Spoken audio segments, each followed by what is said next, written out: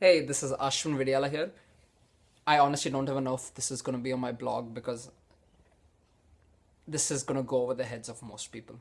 So we'll see. If you're watching this video, then hey, I decided to put it on the blog. Okay, so I was reading I just started today.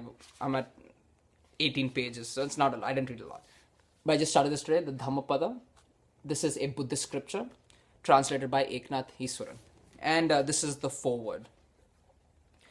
These three texts, now the three texts he's talking about are the Upanishads, the Bhagavad Gita, and this.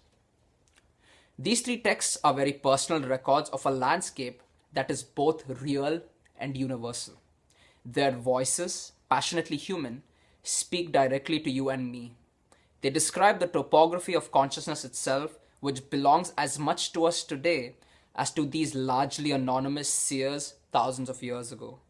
If the landscape seems dark in the light of sense perception, they tell us it has an illumination of its own. And once our eyes adjust, we can see in what Western mystics call this divine dark and verify their description for ourselves.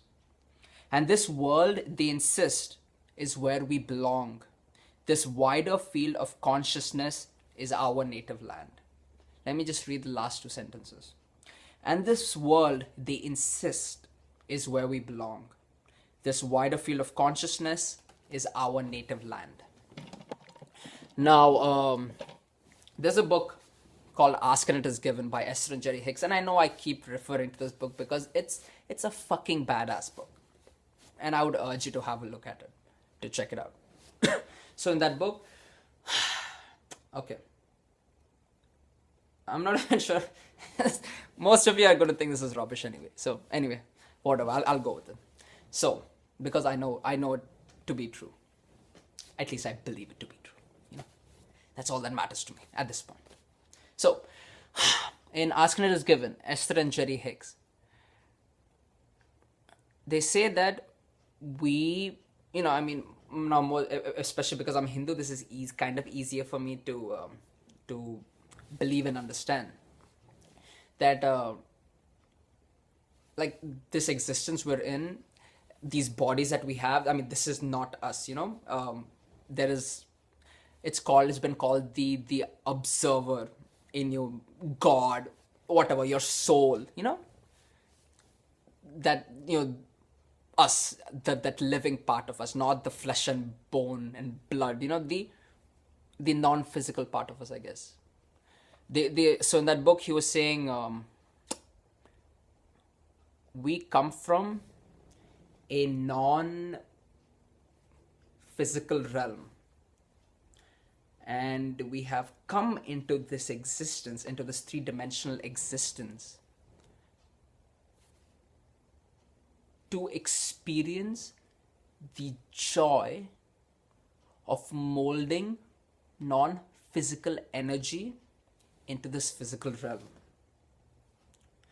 They say that book says that we have source energy, or source, flowing through our veins, energetically speaking, and we have the ability to channel that energy into our existence right now to create what we want.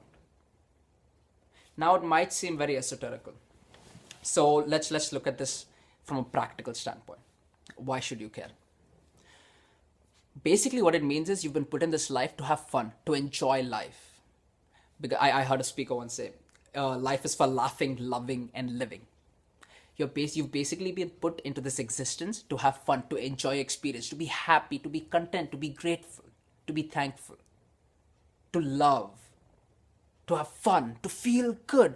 That is what you've been put in this life for, not to sacrifice or to struggle or to bear a burden or to just take the sorrows of everybody and feel it for yourself.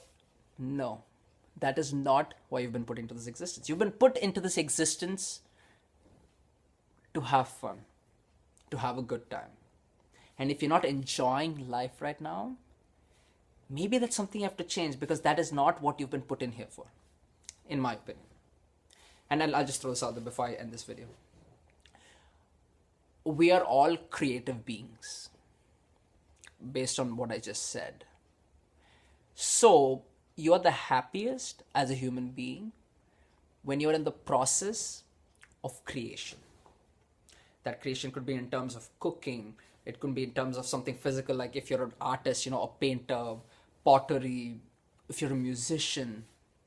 It can also be in terms of if you're an entrepreneur, creating a business.